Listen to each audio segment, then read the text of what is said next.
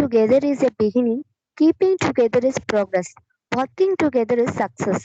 A very good morning to everyone present here. It is our pleasure to extend a cheerful welcome to you all for the 4-day first section of Atal Faculty Development Program on Challenges and Opportunity in Execution of Artificial Intelligence for Electric Vehicle Design.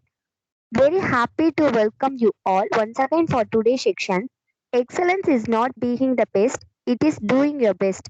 Now I would like to introduce our today chief guest, Dr. D. Kirbaharan, Professor, Head of Electrical and Electronics Engineering, St. Joseph Institute of Technology, Chennai. Good morning to all. Dr. D. Kirbaharan, his present role as Professor and Head of Department in St. Joseph Institute of Technology, Chennai.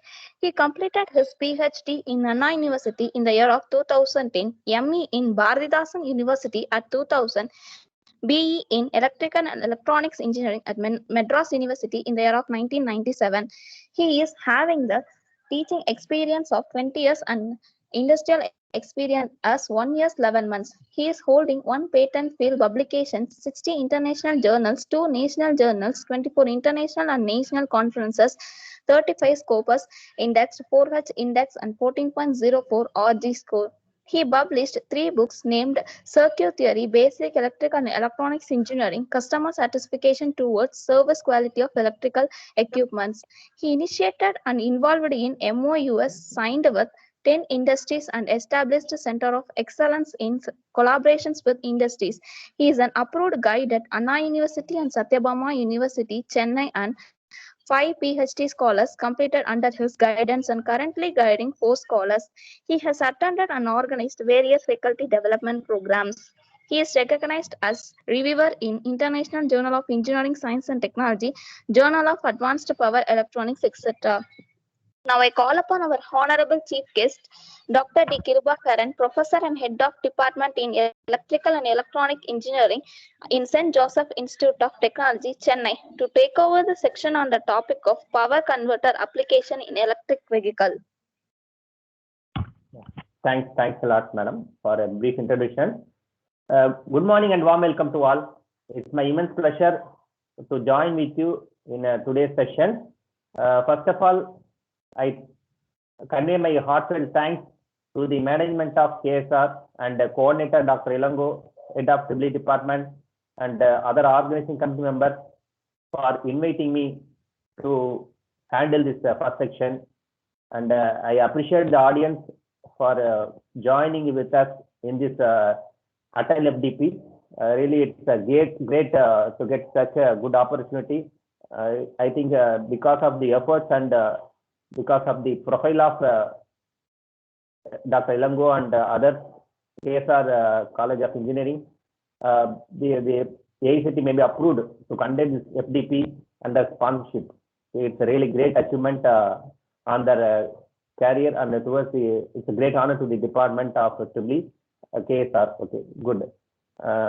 In fact, the madam has briefed my profile. It happens as years goes. Really, it is nothing highly distinguished on that one. And frankly speaking, I have only academic experience and knowledge. Based upon my academic experience and knowledge, let me share a few things on DC to DC converters for electrical vehicles. Frankly speaking, I'm not having any practical exposure, or I'm not anything validated much on practical. Okay? And in fact, I heard almost 250 participants applied for this Atal FDP. Out of 250, as per AICT norms, 200 has been shortlisted, and around 150 has been attending this FDP, and maybe around 100 maybe attending regularly. We can understand, even though we are in a pandemic situation and we have our own constraint and work, so that all of us cannot attend this FDP all the days. It is practically difficult. Let us appreciate those who are attending regularly. And frankly speaking, the net definitely, by the expert talk and the discussions among the people, the participants, definitely we will gather a few knowledge on this EV. Okay, really good. Thanks a lot once again to all. And we can understand we are in a pandemic situation, so we have gone to online mode. Basically, this online mode has shown merits and demerits. First of all, I'm sorry, there is a little bit delay because of we are not highly familiarized on this online mode. So due to this, there is a little bit delay. I'm extremely sorry for that. In fact, that's a setback or limitation of this online mode, but we have merit that we were safe. That's most important. And then first of all, we should be safe and live. Then only we can get all the benefits and achievements. So that's the most important. That's major benefits we can get. Probably we are not accustomed much on this. Maybe young generation is well accustomed with this. Okay, so they may do it perfectly, but we are not much accustomed on this. It is new to us. We are baby regarding this online mode or this digital utilization. So it may take some time to get them right. Okay. Let me come to point. The topic given to me for today's session is DC-DC converter. Once again, my humble request is let us have a discussion, not as a one-way speech, because I'm not so expertise. I'm not having a highly expertise knowledge on this. So, frankly speaking, I can't give a final conclusion for any of these concepts on the DC-DC converters. As I told initially, let me tell whatever I know. So we can have a discussion, so we can gain better knowledge by discussion rather than having a one-way speech. So you can interrupt me at any moment, so we can go for discussion. That I feel happy on that, rather than having a discussion at the end. Okay. So if you feel anything discrepancy on my presentation at any of the points, please interrupt me. Try to correct me if it is really not correct, so that it will be beneficial in further FDP. Suppose I'm utilizing same in further FDP, it may be really beneficial for them. Otherwise, the same thing without correction will be carried over further also. That's my small request. With this, I will start my thing. Okay. So first of all, let us just quickly see what introduction about the EV. I will finish it shortly. Then I will go to exact point. Okay. So we are well aware that what is the need of electric and hybrid electrical vehicles. First one is environment concern. Second, major concern is practical concern. In fact, in present world, the global warming is a major issue, so that the climatic changes are more. And in fact, this week also we are having heavy rain. This is a unexpected one. This is a climatic change, which is not a regular one. So this is because of global warming, that is carbon footage. So that's a major issue in the present world. One of the major root cause for this carbon footage is IC engines. That is, IC engines are the major root cause for this carbon footage, because they are emitting a lot of carbon gases, which is polluting the atmosphere more. Okay. And that's why the people have got enough awareness towards it. So nowadays, a lot of measures have been taken by government and voluntary societies, as well as educationists and industrialists, to overcome this problem. So one of the simple solution to reduce this environment pollution is instead of having IC engines transportation, we can go for electrical vehicles. That is one of the way to reduce the carbon footage. And in fact, here you have to agree one point. Just by directly going the EV, the carbon footage will not reduce. Indirectly, it will exist. I think you can understand why I'm telling this.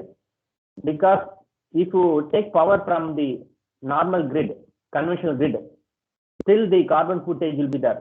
Still the emission problem will be there. Because instead of doing direct air pollution, we will do indirect air pollution. That is, if you take power for electrical vehicle directly from the conventional grid, what will happen is the outcome, that is the generation of thermal power plant, will get increased. So ultimately, the air pollution will persist. It will not change. So instead of direct pollution, we will do indirect pollution. Okay. So, but by simply saying due to change of transportation mode by EV, we cannot completely avoid the environmental pollution. Then what is the proper solution? The proper solution is we have to go for the electrical vehicle in the smart grid system. In fact, once you say smart grid, the EV becomes a component of smart grid. EV become a component of the smart grid. So we have to go for the smart grid system. Only by a smart grid system, including EV, we can overcome this environmental concern. Okay. Obviously, you all will aware what is smart grid. The smart grid and what is difference between the conventional grid and smart grid. In fact, in all the developed countries, slowly it has been transferred to smart grid. But in the developing countries like us, we are in the starting point of the conversion of smart grid. In fact, we are well aware of difference between these two. Simply not easily remember the difference between the conventional and smart grid. We can correlate it with the earlier dial phone and present day smartphone. So smart grid is like the present day smartphone. The conventional grid is like early days black color dial phone. So early days we have a landline phone with a dial system. That is like a conventional grid. Using that phone, we can just communicate with others. We cannot do anything else. Just simply we can communicate with others. That is also not user friendly and flexible. It is not also user friendly and flexible. In fact, you people may be knowing that 20 maybe roughly 15 years back, if you want to do STD call, you have to call the exchange, you have to book the call, and you have to wait when it will be connected. After getting connected, only you can call. Just for calling STD call, that is out of our own place. Such an extent, it is not so friendly. So drastically, the communication system has been developed. So nowadays, we are having a smartphone with latest communication technology. Through that, we can easily communicate with the foreign countries in a fraction of seconds. Such an extent, drastic change has happened in the communication system. But unfortunately, such a drastic change or even change has not happened in the electrical system. That's a major problem in the electrical system. Okay, but that is becomes need of the day. So coming to this point, the conventional grid is like old and black phone. So in the conventional grid, you can simply transfer power, and you can have a restricted one-way communication.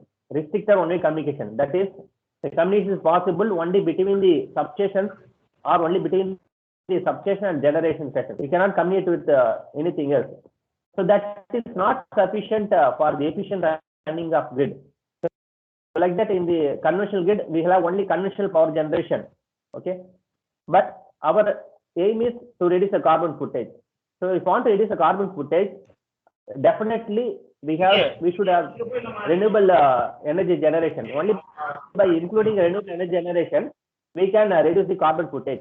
So if you take smart grid, basically it will consist of conventional generation system, renewable generation system, and smart communication technology. Smart communication technology plus we'll have a EV. Okay, so charging of EV will be done from the renewable energy source through the smart grid, not from the conventional energy system. So if all these things have been included, then such a grid is called smart grid.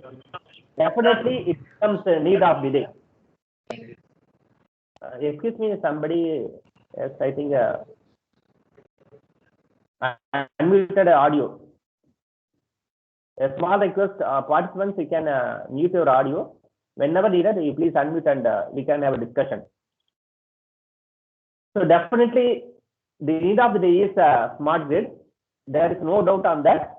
But it's unfortunate due to our constraints, that is political constraints, due to lack of technology, due to lack of market monopoly, we are not able to do it in a fast range like a community system. We have a lot of constraints. So for example, if you want to change the grid to smart grid, main concern is you should not interrupt the existing supply. The load should not be interrupted. Without interrupting load, we should do this conversion.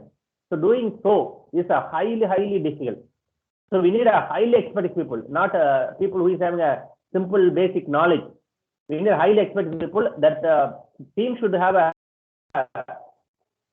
expertise in power system interfacing both. In the series area, in this series area, that team should have a expertise. It is very difficult to get such a team. Okay, and in fact, we are well aware that. See, don't mistake me. I will come to the point. Don't worry. Don't think I'm talking outside. This is becomes need. See, that converters knowledge you can get from book also, no problem. So I can understand. Don't mistake me. Sorry, sir is not gone to converted second because I want to share. Basically nowadays in all our colleges the electrical admission is become very dull.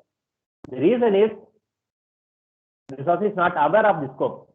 The reason is society is not aware of scope. That's why I will say, being an electrical person, I will say that the lack of awareness in society is the main reason for the dull in triple admission. Second major reason is unexpectedly or by anyhow it has been spread that electrical engineering means it is a tough subject. Third point is people have misinterpreted that the software job means the electrical people cannot do. It can be done only by CSE people. These things have been interpreted wrongly by society. That's the major reason for the dull in admission of triple branch in all the branches. But my opinion is the triple branch is the best branch which can have wide scope, because we have to tell this to people. See, future is smart grid, which includes renewable energy system, electrical vehicle. So for incorporation, for implementation of smart grid, we need basically electrical people, not pure CS people. The pure CS people can develop coding, they can write program, but they don't know concept of smart grid.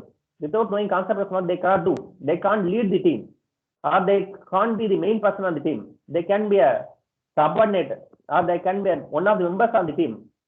Okay, so only the pure electrical student or pure electrical graduate can lead this team, because he only or she only know the basic concepts of this smart grid and electrical concept. He only can lead the team to implement this latest technology. So that's why what is expected is being an electrical engineer, if you are thorough only on basic concepts of electrical engineering, it's not sufficient. Along with the basic concepts of electrical engineering, we should understand the basic concepts of latest technology like IoT, artificial intelligence, etc. If you know all these things, definitely the electrical engineers will be marketable. Definitely they will get a good employment. This we have to communicate this. We have to pass to the students so that slowly it will spread to the society. So definitely a change will come by which we can get a sufficient admission in all the colleges. So my request is, in fact, I feel it is a duty of us. So whenever a gathering is there, or wherever possible, we have to communicate these things, or we should create awareness in society such that the electrical engineering is the one of the best branch, or this basic fundamental branch wherever scope is there, and which is highly recommended for the career growth and higher studies, so that definitely we can revamp situation, we can get a good admission also. So like that, another main concern is the practical concern, and it saying is that fossil fuels will get deployed quickly, but definitely nobody knows when the oil will last in the world. That's unknown, but such a prediction is there. So in such a situation, the solution is we can go for EV connected to smart grid system. By going for EV with connected smart grid system, we need not to depend much on the fossil fuels, that is oil, because the smart grid power generation is mainly by a renewable energy system like solar and wind energy system, so that we can have transportation by electrical vehicles. Definitely will not become much dependent on the oil or fuels, fossil fuels. Okay, these two are the major reasons which leads us to develop the hybrid electrical vehicles. Okay, but as we discussed, then a question may arise. We understood the electrical vehicle is need of the day, but still it is not. Why it is not implemented? Because of this certain limitations. First of all, there are some social problems. Definitely, first we have to people have to accept the EV is the best one. See, nowadays servicing EV is very difficult, or we have certain limitations on the EV because the speed is a major limitation on EV. So now our people will expect as soon as they start the vehicle, it has to go at 90 km speed. Whenever they expect that the vehicle has to operate as they think. So the EV cannot do so. So that's so that the people won't like. So the social acceptance becomes very difficult. So first of all, the social acceptance should come. The people should understand need. Then definitely there will be good market for the EV. And second thing is insufficient charging stations. Like petrol bunk, the charging stations are not open. Only in major cities, only in few places it has been opened. Okay? So that's the major reason because suddenly we may require to go to some place. where we will not check this charge and all. If it is stopped in middle, we will be getting deep trouble. And like petrol bunk, we can't expect a charging station any nearby. So that will lead to the major problem. Like that, there are some technological difficulties as we discussed. The limited range, long charging period is needed. Safety problems, major issue like heavy rain and all. We cannot assure for the safety of the EV. And another thing is a high price. If you purchase a EV with all the features, with all safety things, it will be highly costly. Maybe thrice the normal IC engine vehicle. So people may hesitate little bit based on these three factors to go for the EV. But slowly, these are all the probably these are all the challenges given to electrical people who have to overcome this. That's why I'm telling that always the electrical people are having a good scope. Only thing is they are not understand people. The electrical people itself is not understanding. Only if electrical people understand, only if electrical people accept it, they can make the others to understand. The problem is electrical people itself is not. See, whenever a student come for admission, most of people will say electrical means difficult. Even I came to know that even the faculties of engineering will not like to admit their wards to in electrical engineering. So like that it is going on. So that's first we have to eradicate. If we eradicate, that change, good change can we expect for our brand. Okay. So this is a brief history of EV. It has been started at 1813 by Thomas Davenport, and 1890 also 1:10 ratio. The EV has been outsold. In 1904, first speeding ticket issued to drive the EV. In 1910, the mass EV car has been produced by the Ford. And we are well aware that EV means always in our mind, we will think about only car. That alone is not EV. EV means we can have it can be locomotive, it can be golf carts, it can be forklift, buses, nuclear submarine, elevators, it can be two-wheeler also. But always, once we say we will think only the four-wheeler, that is a car only, we will come to our mind. So EV means it includes all. But locomotive is a proven one because there is no energy storage system. In the locomotive, there is no energy storage system. That's why it becomes a proven one. But in other things, definitely we need of energy storage system. That's why it is not well proven so far. Still the development changes has been is going on. It may take some time to make it a well proven one, except the locomotive like tram cars, rail buses. Other things are not a well proven one. The technological growth, technological development is still exists. It is not saturated. It may take some time to get saturated. And it is this chart gives the stage development of the EV. In fact, the initial transportation was with IC engines. Slowly, the micro hybrid EV has been started. In the micro hybrid EV, only starting and stopping will be by electric motor. Running will be by IC engines. Next one is mild hybrid, where the electrical motors will support the IC engines for the various features. Then we have the hybrid electrical vehicles, which is a combination of electric motor and IC engine. Then next stage is plug-in hybrid electrical vehicle, where we will have an energy storage system, motor and IC engine. And then we'll have a range extended electrical vehicles. Basically, REEV vehicle will run on electric motor. Combustion engine will charge the battery. Then we are having a full EV or battery operated electrical vehicles. Okay, like that is size of the battery requirement in proportion to the mileage has been indicated here.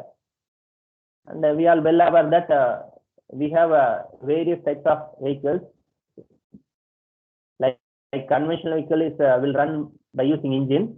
Battery operated vehicle will run by using motor. Hybrid vehicle will usually run by both motor and generator. So these are the three basic types of transport system available. One is a conventional, other two are a modern one. It's a complete battery vehicle where the IC engine will not be present. In the hybrid, both will be present. So depends on the requirement. Either both will be operated or any one will operate. So for example, to climb. So sometimes we have series and parallel hybrid, depends on configuration. So at the time we need a more torque. So both will support, both motor and engine will support. During downfall, it is not necessary. By friction, by the friction self, by inertia itself, it will move. So depends upon the requirement of torque. Either motor or engine will or both will combinedly operate. And once we say, we can understand in the electrical vehicle, the motor is the major component, which is a propellant, still acts as a propellant. And basically for electrical vehicle, so far we are using only 4 types of motor. Even though we have a varieties of motor in electrical system, for the EV, so far only these 4 motors are utilized: induction motor, brushless DC motor, permanent magnet synchronous motor, switch reluctance motor. And here the comparison has been given among all the 4. So if you take efficiency point of view, we are well aware induction motor is having low efficiency, VLDC is having a slightly high efficiency, and PMSM is once again having low efficiency. SRM will have a medium efficiency.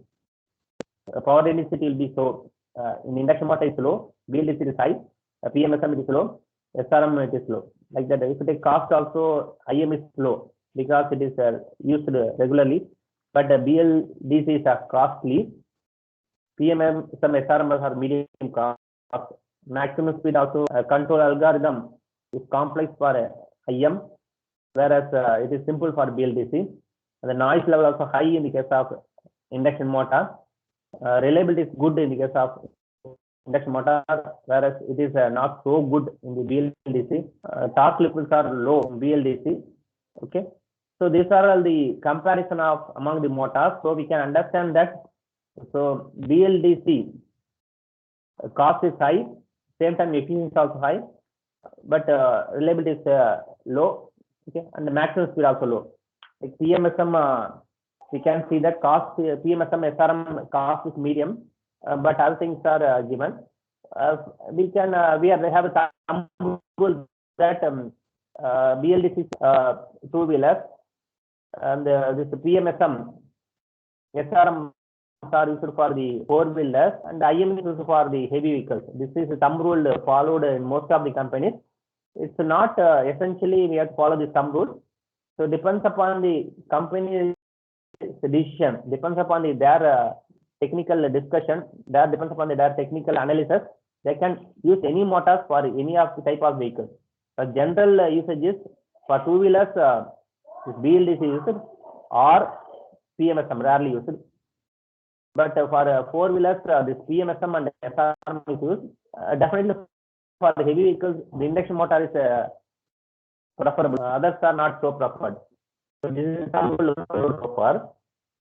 And basically for the operation of this motor, we need a converter, which is called inverter. And this motors will get supplied definitely from the battery. In the EV, the motors will get supplied definitely from the battery. Okay. So from the battery directly, the inverter cannot be connected. So the output of the battery cannot be directly converted to the inverter. Definitely we need a DC to DC converter. So the output of the battery can be connected to the inverter through this DC to DC converter. Then output of the battery cannot be directly connected with the motor. Output of the battery can be connected to the motor through the inverter. This is a general structure, blind structure will have in EV system. So now we can understand the need of DC to DC converter and inverter. Now, in this session, I am going to focus on the DC to DC converter only, not on the inverter side. Okay, because time is limited. So let me focus only on the DC to DC converter in this section. So and I think now we can understand what is need of DC to DC converter in EV. And I have given a simple comparison between the PMSM, IM in terms of numerical values. If you take efficiency, PMSM will lie between 95 to 97 in induction motor at peak torque condition. Normal efficient induction motor is around 80% average efficiency, but at peak torque condition it will be 94 to 95. Efficiency 10% torque it will be 93 to 94. It is 73 to 82. Motor cost it may be more costly in PMSM. Drive cost also more in PMSM, but ruggedness is good in induction motor. The maximum speed is given here.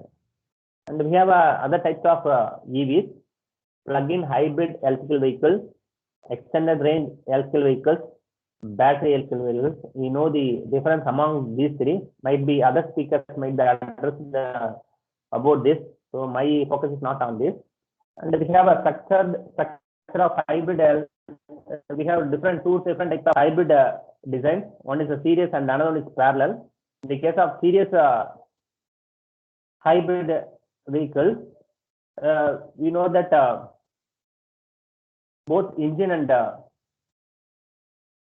motor will be operated in series, just like a UPS.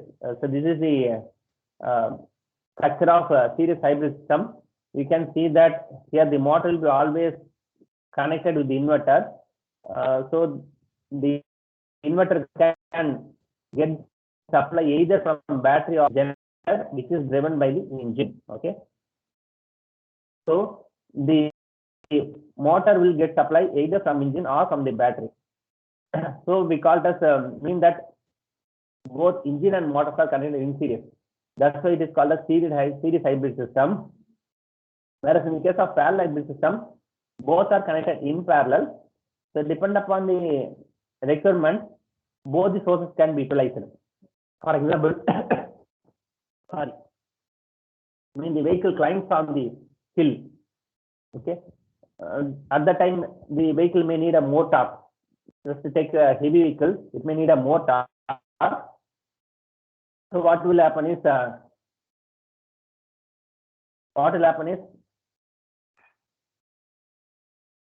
this vehicle both will be operated in parallel. Accordingly, it will go. See, anybody wants to clarify any doubt? Some participant is requesting control something asking. Okay.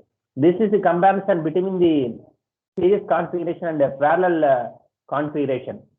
Okay.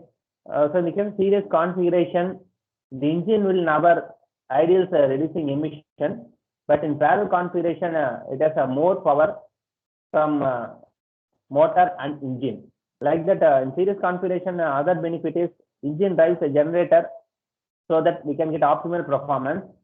And like that, it allows a variety of operations and mounting.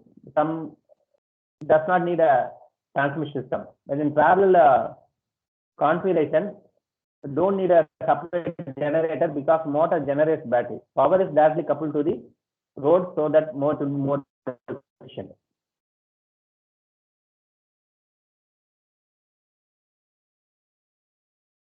So this is the various components of the EV. This and all we already are well aware. Battery, charging port, DC converters, electric traction motor, onboard chargers, electronic controller, etc. And this is a simple architecture of the DC to DC converter. And it's a number like 1 to 4 is the electric motor, DC or AC machines, gearbox, etc. And we know that traction power of the wheel is delivered by the electrical machine, maybe 3-phase induction motor or something. Provided, and we have another component called differential. You know, purpose of differential purpose of differential. So what is purpose of differential in EV? Can anyone say what is the purpose of differential in EV? To enable turning, anti-slippage during turning. Yeah, good. During turning, both the wheels of the backside of the vehicle should not run at the same speed. Then we cannot turn. Okay, so there should be difference in speed. Then only we can get the proper turning. So that's the purpose of differential. Differential will provide the proper turning of the vehicle. It will facilitate the proper turning of the vehicle. Okay, that's the purpose of differential. And we have a rectifier, etc. That is, basically we have both electrical and mechanical components. Actually, EV is a combination of 3 major systems. One is electrical system, mechanical system, and communication system. EV is a combination of 3 different systems. Basically, we need 3 different experts to build the EV. Only electrical engineer cannot build the EV, or only mechanical engineer cannot. And maybe the communication expert may be optional for building a basic EV. If electrical and mechanical engineer can do, but if you want to build a modern EV or automated EV, then we cannot do just by with this electrical and mechanical engineer alone. We need experts on 3 different areas. One is electrical and mechanical system. Third one is a communication system. The people who is expertise, our team of people who is expertise, all these 3 only can build the autonomous vehicle. Because there is versions of EV. EV means it is not alone manual operated vehicle. It is we have nowadays we are thinking about autonomous vehicle. In foreign, in fact, the developed countries it already came. Only in the developing countries it's not able to implement. In fact, we have various difficulties in implementing EV in our country. Like our road condition is not so smooth, where we can't implement the autonomous vehicle. Like for implement autonomous vehicle, 2 things should be perfect. One is the traffic system. Next one is road condition. These 2 should be 100% perfect. Only if these 2 are 100% perfect, we can have this autonomous vehicle. But unfortunately, in the developing countries like us, we are not able to get it. Our traffic condition are it is quite natural. Most of people in our country will not follow the traffic rules perfectly. That's a major problem. But for the autonomous vehicle, we need such a thing. Because of this, we are not able to think about having autonomous vehicle and all in our country.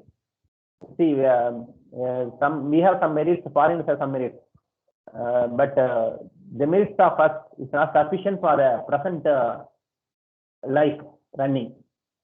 But early days okay. But the foreigners learned from us all the good habits, all the good merits. Now they have they added their expertise, latest technology. So now they are in a good level. But we are having good ethics and all. But unfortunately, now we are not following that also. Not only traffic, everything. So we are just lagging behind the development. We are going back. We are not going front. Because the other people are following all the things, they're getting developed well. So what I can say is for implementation of EV, autonomous vehicle especially, we need these 2, otherwise we can't do it. It's very difficult. Okay, anyhow, let's come to point. So these are all the rough diagram of EV, which will emphasize the need of DC to DC converter. So as we already discussed, the source can be fuel cell, supercapacitor, battery. So all these things cannot be directly connected with the DC to AC converter. Definitely we can connect through only DC to DC converter. Then only we can get the proper operation of the inverter. In turn, we get the proper operation of the motor, which is black as propellant. So the DC to DC converter is definitely needed for the proper operation of the EV. And this is the importance of EV that I told already. So I need not to explain it once again. And as I told, the energy source can be battery or supercapacitor, and the batteries is a normal source which will always support the operation of EV, but supercapacitor will support only for a transient period, like when the car is climbing on the hill. Like that, during for transient period, the supercapacitor can support it. It cannot support. It can't act as an independent source. It can be additional source for the EV. Like if you take our electrical power system, we are having one thing called pumped storage power plant. I think you may be aware of that. Can anyone say what is the need of pumped storage power plant?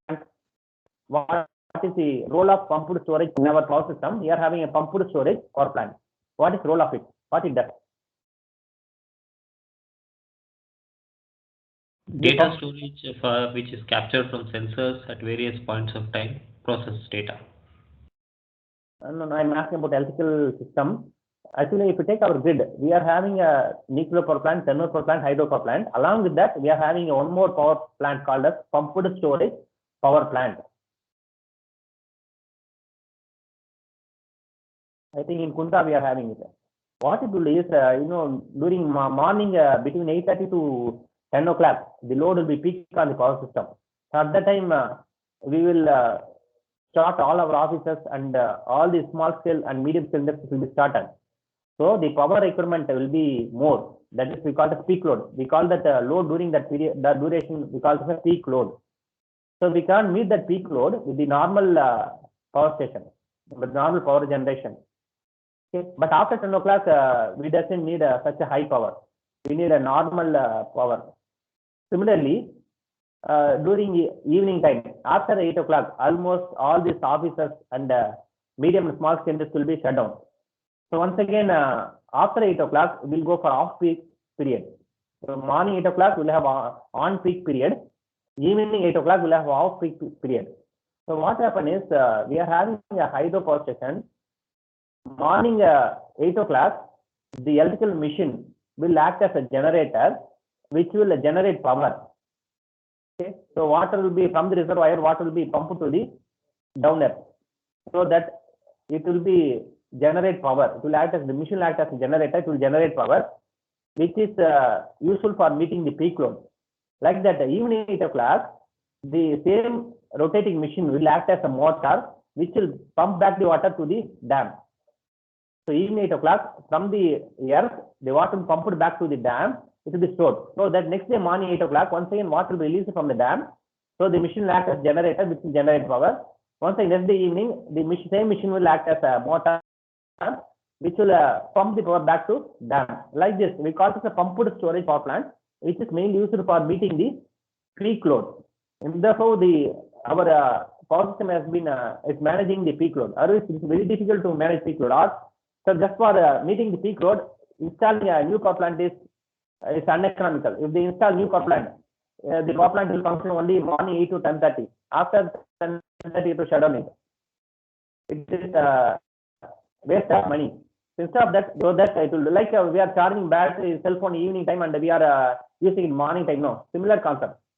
Same way, the super capacitors will release the energy when the motor need a more torque. Like that, it will store energy during the period where the motor need a less torque.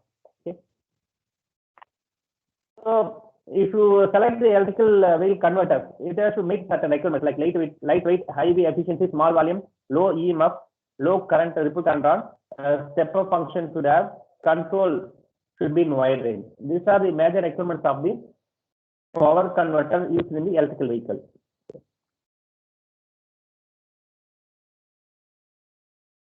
Okay, and basically we have different types of converters. So these are the chart shows the different types of DC to DC converters, transformerless converter and isolated converter. And the transformerless converter, we have without wide conversion ratio, with wide conversion ratio. Okay. Under isolated converter, we have voltage source converter, current source converter, and impedance source converter. So this is the various generations of converters. In the first generation converter is able to operate only in the first quadrant, where the ripple content will be more, voltage transfer ratio gain will be low. Whereas in second generation converter, it will operate both in second and fourth quadrant. In the second generation converter, the voltage transfer gain will be more. At the same time, ripple content will be slightly reduced. Third generation converter is able to operate in two quadrants, where the power rating is more. Third generation converter power rating is 1000 watts. First and second, it is only 100 watts. And similarly, the voltage transfer gain also high. You take fourth generation converter, where we call it ZVS, ZCS, etc. It will is able to operate in three quadrants.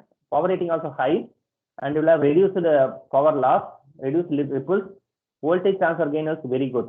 Similarly, if you take a fifth quadrant, fifth generation converter, there we can get all the advantages almost. Okay, so like this, the converters has been developed slowly in different stages, like our cell phone, first, second, third, fourth, and fifth generation. Each and every stage, it has its own merits.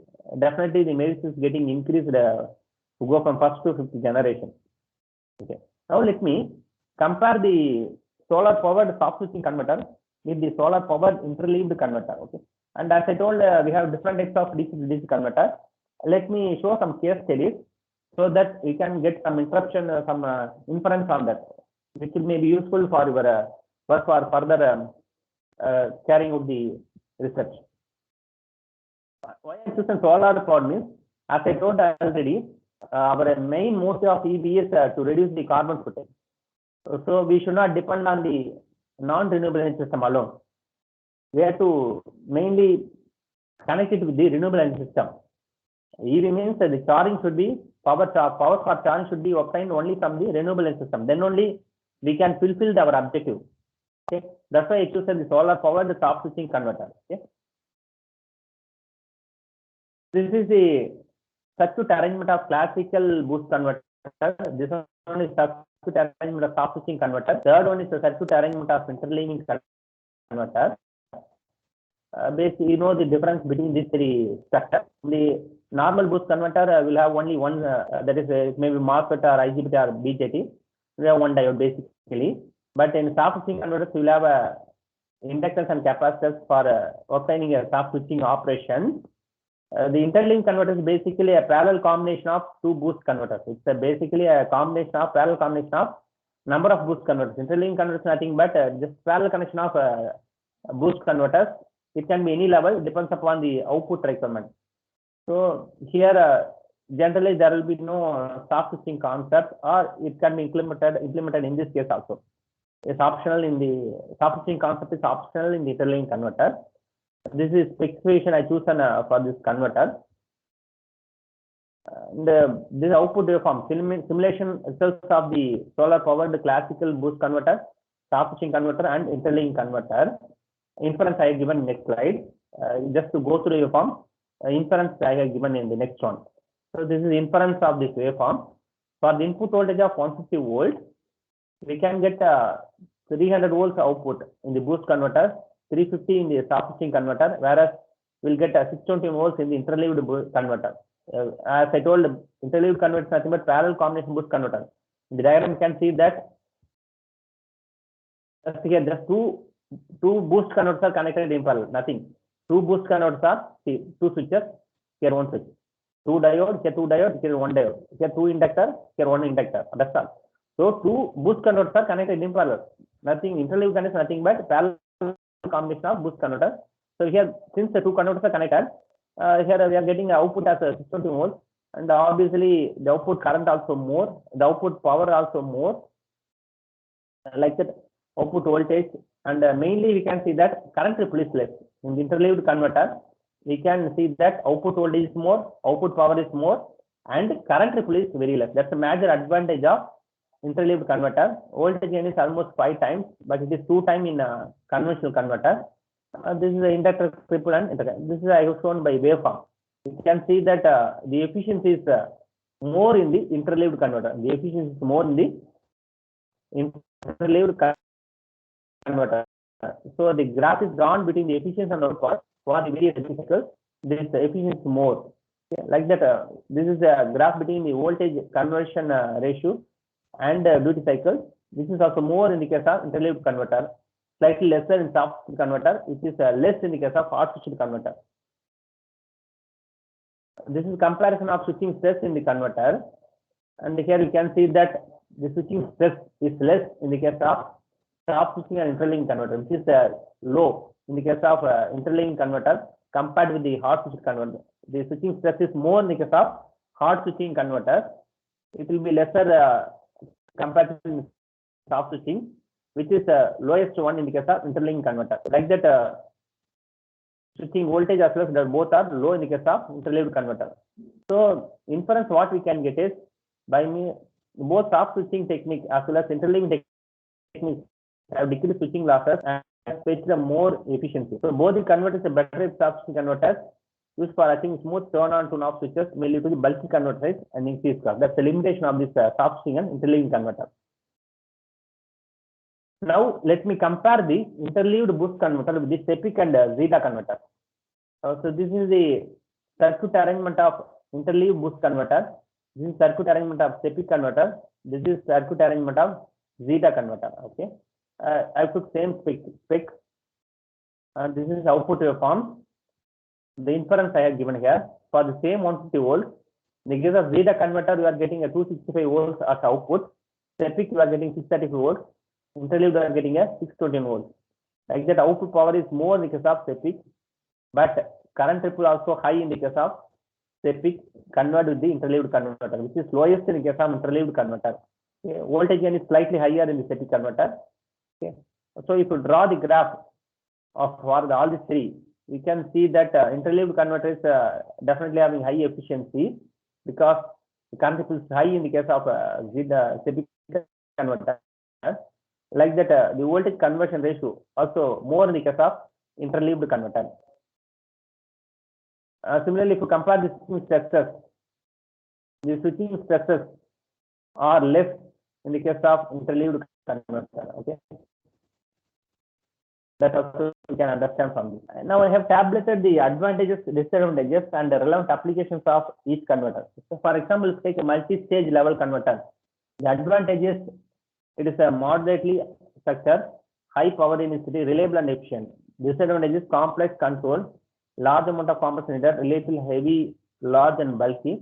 This multi-stage level converter is used for the HVDC transmission, renewable energy system, DC microgrid, high power DC supply, EV, HV, and other systems, space technology and applications. Switched capacitor, there is another topology I will explain later. There it have its own merits and demerits, and voltage multiplier have its own merits and demerits. I have listed all the merits, demerits, and appropriate application of various categories of the DC to DC converters. So this is a detailed diagram of interleaved DC to DC converter.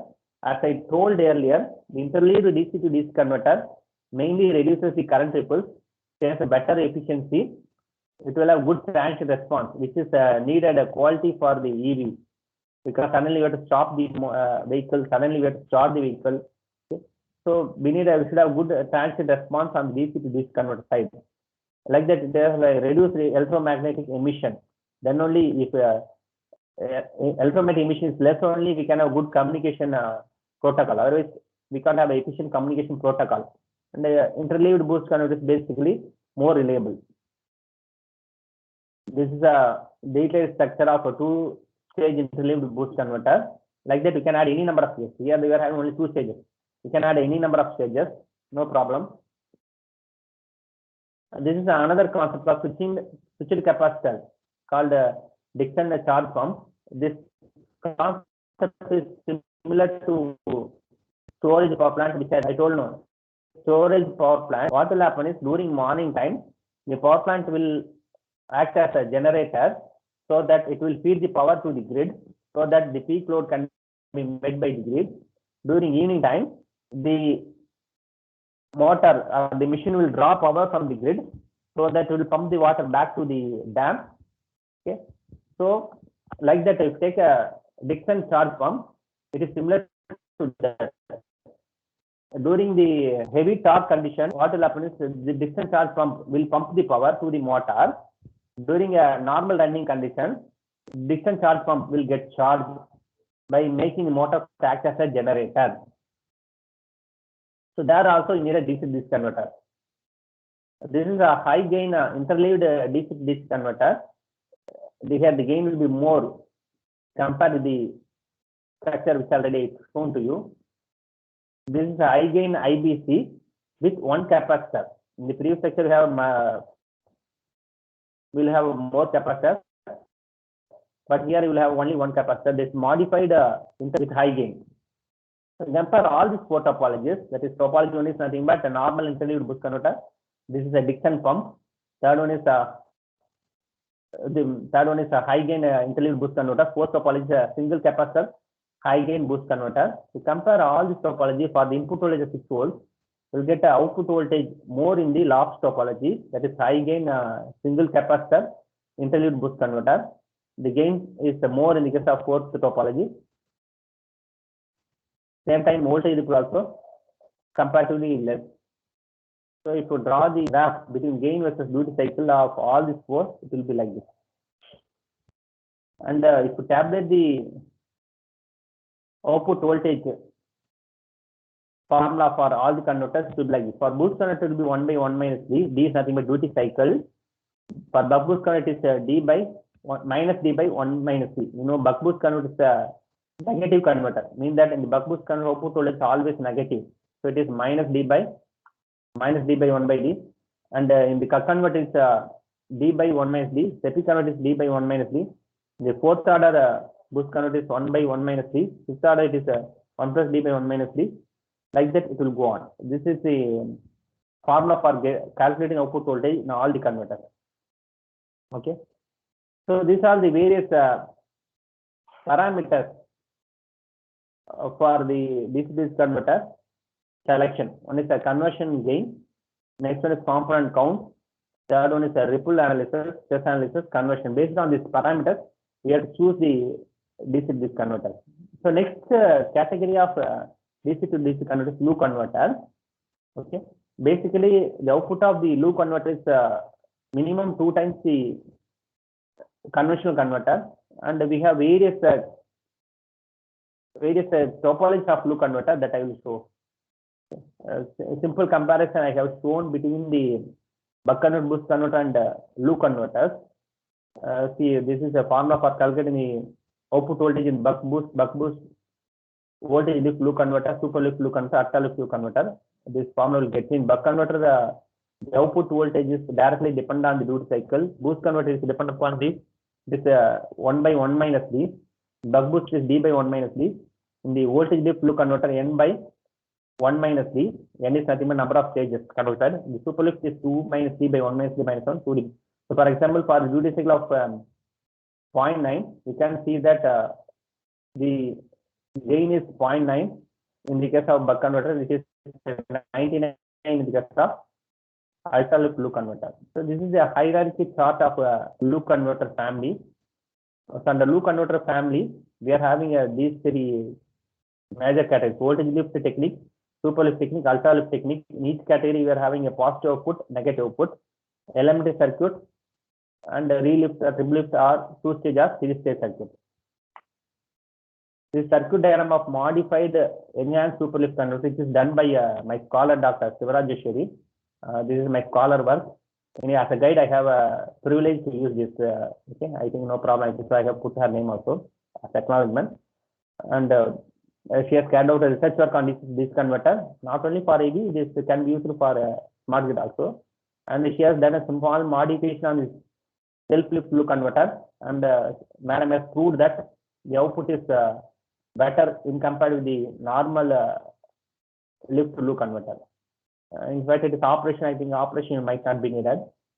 It's mathematical modeling developed by the madam for the proposed structure. Okay.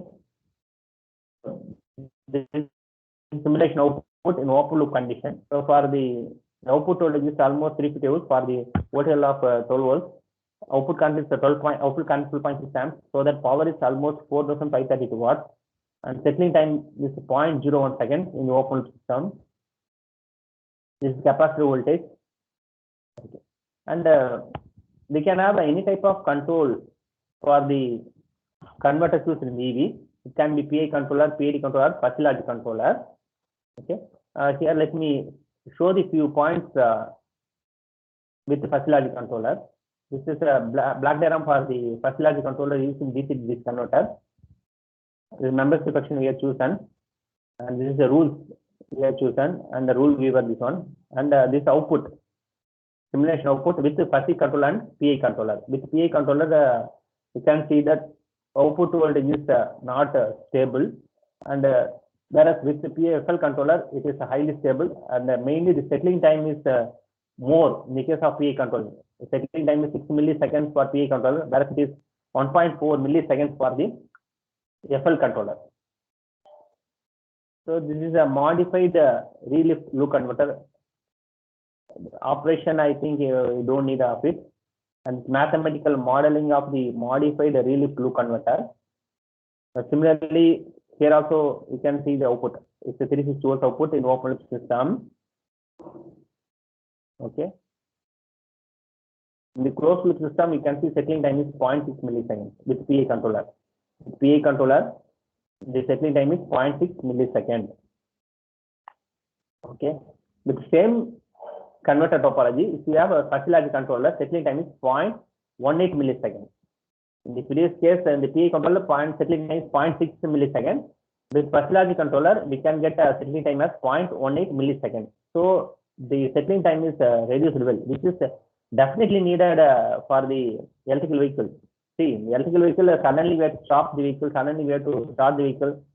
We are all operating the 4-wheeler and 2-wheelers. You know, to avoid the accident, for safety operation, we need a good transient response on the system.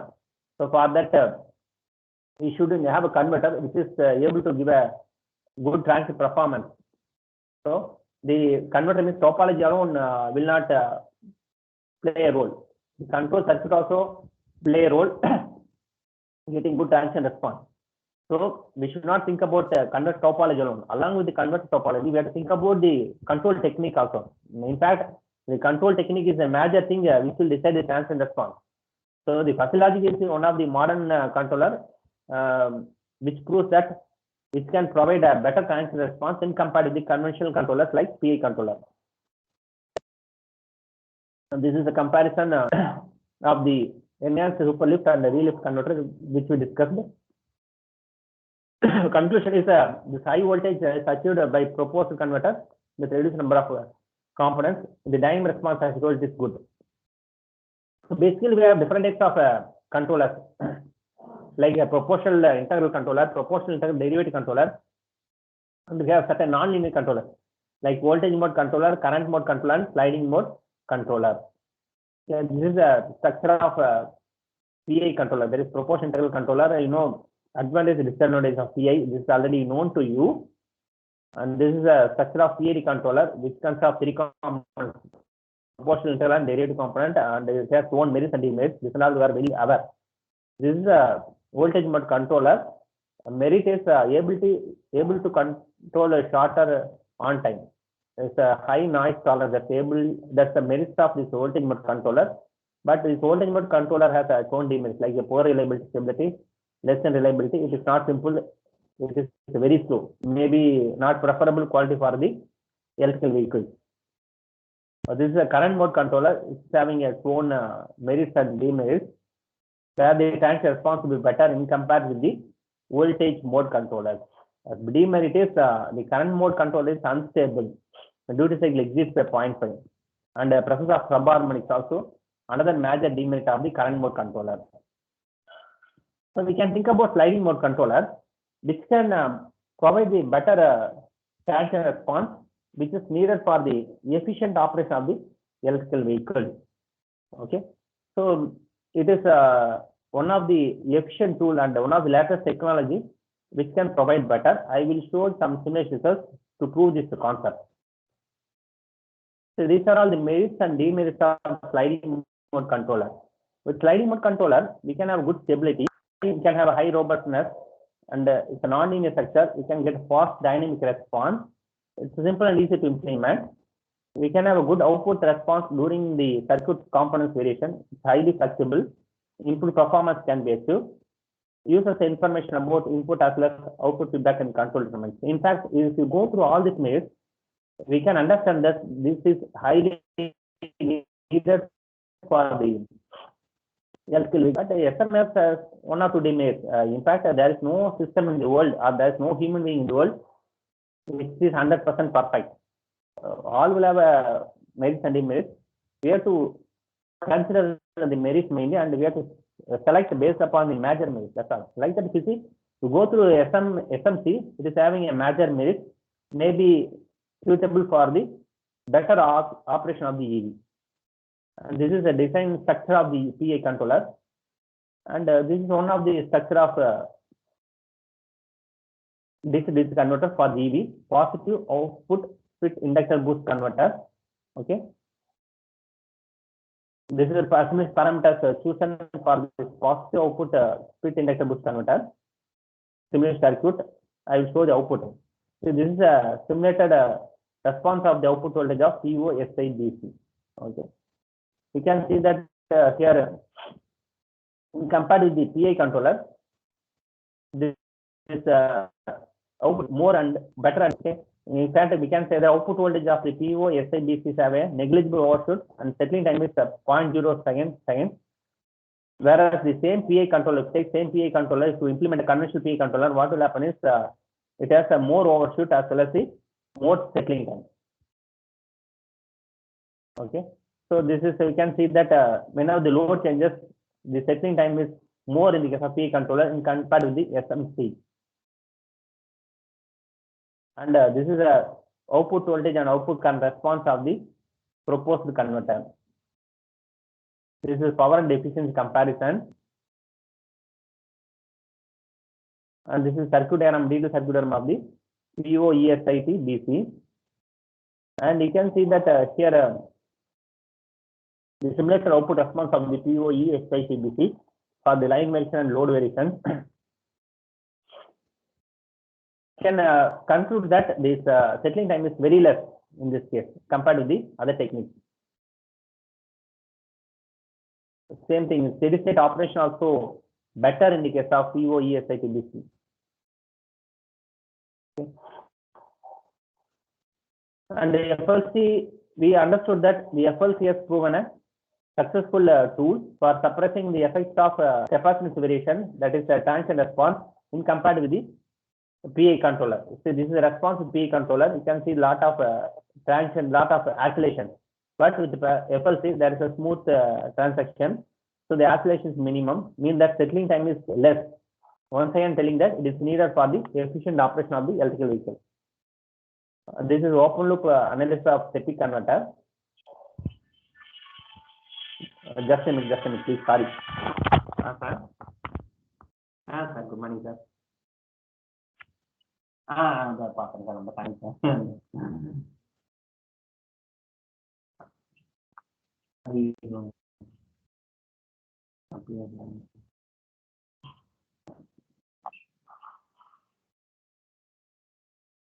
Thanks, sir. 20 connects. Thanks,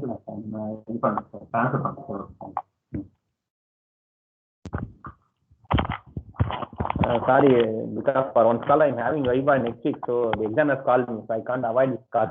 It's from IIT, so if I keep call, they will think wrongly.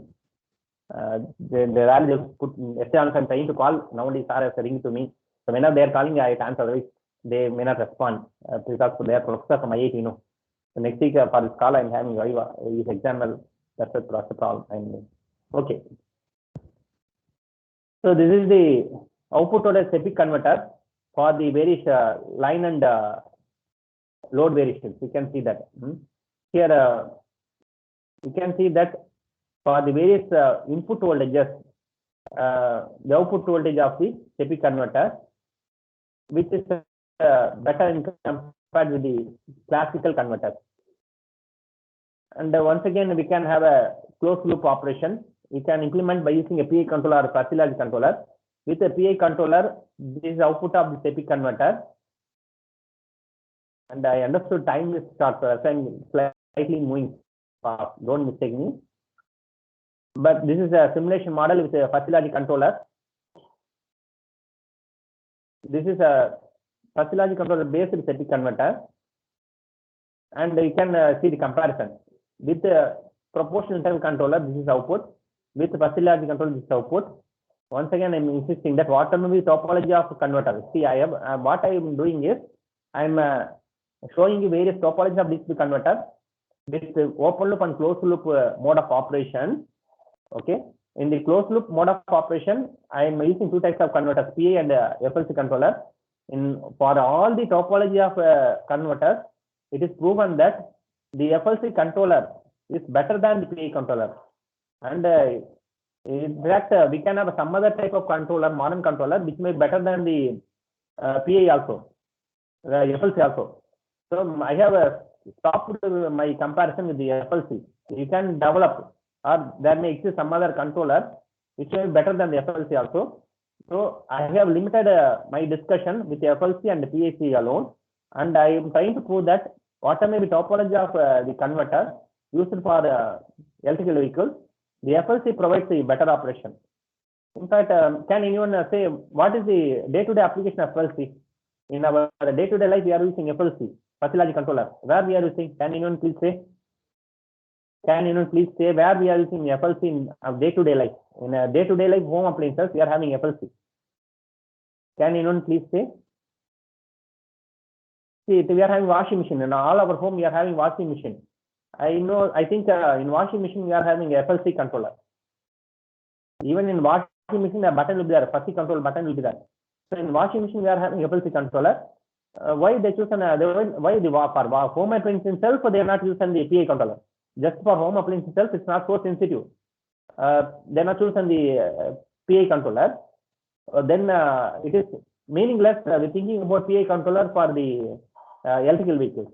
So for the electrical vehicles, we should select a controller which is highly sophisticated, which is having a better steady state and dynamic response, Okay, my scholar has worked on this area under my guidance, and they proved that for these technologies, the FLC control is providing a better response in compared to the PA controller. Okay, so this is a tabulation which gives the FLC controller, PA controller. You can see that from this tabulation also, the performance is better in the case of FLC controller in compared to the PLC controller. Okay. So my conclusion is the major merits of SMC is robust to large variations of line and load. It's obviously it will happen because when we drive the EV, what will happen? We can't predict the traffic, so the load variation will be wide. Like that, the battery voltage will not be remain constant throughout the travel. It may fluctuate. See, whenever battery is discharged, whenever it comes to end of charge, it will get fluctuated. So that the input variation, that is called the line variation, load variation means traffic. It will be a highly fluctuating one. So according to this variation, the converter should act in the intelligent mode. It should give a constant power to the motor, so then only the can of vehicle. So the selection of converter along with major criteria for the electrical vehicles. So selection of converter alone is not important. Along with the converter, select a proper control techniques also. Then only we can get the efficient option is converter. So in this presentation, probably in this presentation, I have highlighted, I have shown some simulation results of the various topologies of converters, mainly with PA and FLC controller. I have given some conclusion, okay, and hope the things what I delivered may be enriched your knowledge on the converter area. I think I try my level best, and I am not having practical exposure. I am not highly expertise on this area. Just I shared the few things which I have know theoretically, which I know by my experience, which I know from my scholar work. Mainly, I should thank my scholar for their work. I took them a few results from their thesis. I should acknowledge them, and with that permission, I have done it because from their work, whatever I have learned, I convey to you today's section. Hope this daily my lecture may be useful to you. Now I think we can openly have a discussion because we came to end of time. The next expert may be waiting on the line. I can understand that I can't make the other expert to wait, so that quickly we can have some discussion so that I can wind up this section.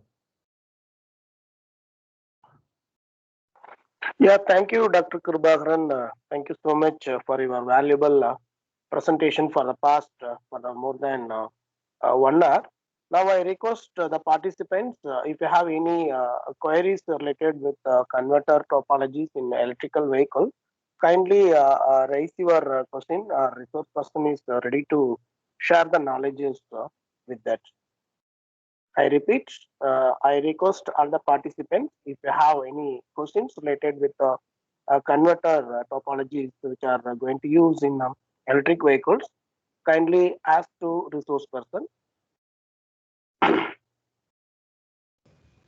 Sir, today what is the most commonly used converter in EVs by OEMs? Sir? Today, what is the most common converter type used by OEMs in EVs?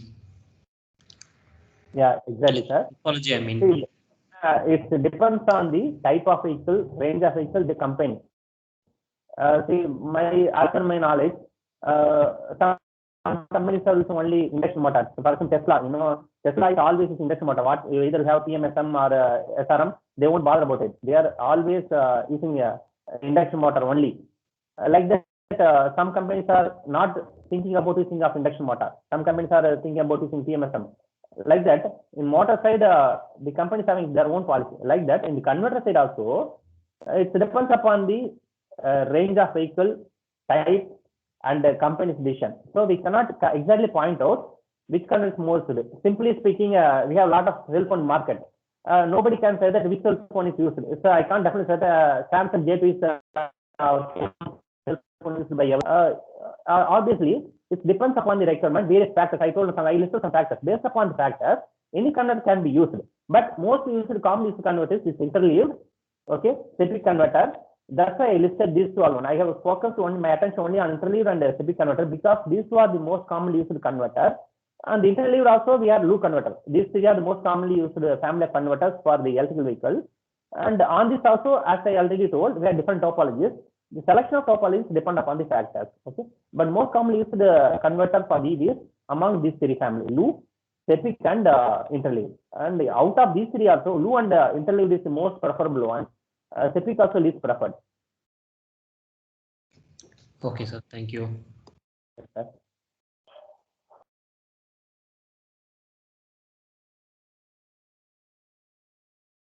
yes, sir. If there is no other questions, we will wind up, sir. Yeah, I think. Any other questions from participant side? Yeah, hope there is no further questions from participant side. As a coordinator of Atal FDP 5 days FDP on electric vehicle, I thank you so much. Thank you, Dr. Kirubagaran, for your valuable presentation for the past 1 hour 15 minutes related with the DC to DC converter. Thank you. Thanks a lot, and I hope our participants also have secured some kind of knowledges. Some kind of skills in the areas of DC to DC converter. Thank you. Thanks a lot. And Yes, one sir. more information to all the participants. Our next session will be started at 11:45 a.m. Right? We will give another half an hour time to relax. By 11:45, we will start the next session. Dr. D. Srividya is going to deliver the lecture. Thank you. Thank you, Dr. Kirubagaran. Yes, sir. I thank a lot to Dr. Ilango, who is coordinator of this Atal FDP, for the opportunity given to me. I thank management of KSR and other organizing company members for nice coordination and organizing this event. Really, it is an excellent topic to be coordinator. It's a hot topic in our electrical system. I have gone through the schedule topics covered. Really, the topics are all emerging one. The experts also, frankly speaking, compared to me, others are highly expert. Other people are highly expertise in this area. Really, on such a highly expertise group, I'm also taking small part. It's my privilege and happy. This thanks goes to mainly Dr. Ilango, for giving me a chance to present in this section.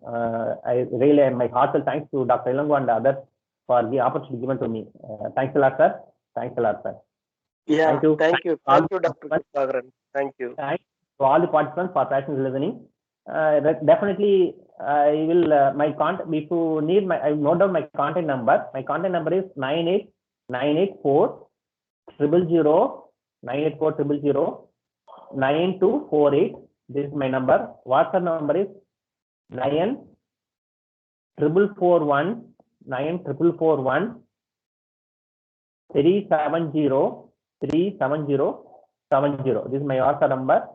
My email ID is simply speaking KIRUBAD, B for boy, A for apple, D for Delhi @gmail.com. I expect your valuable suggestions so that I can do better in further presentation. Really, I know that I might not fulfill 100% of the requirement. I might have some suggestions to improvement.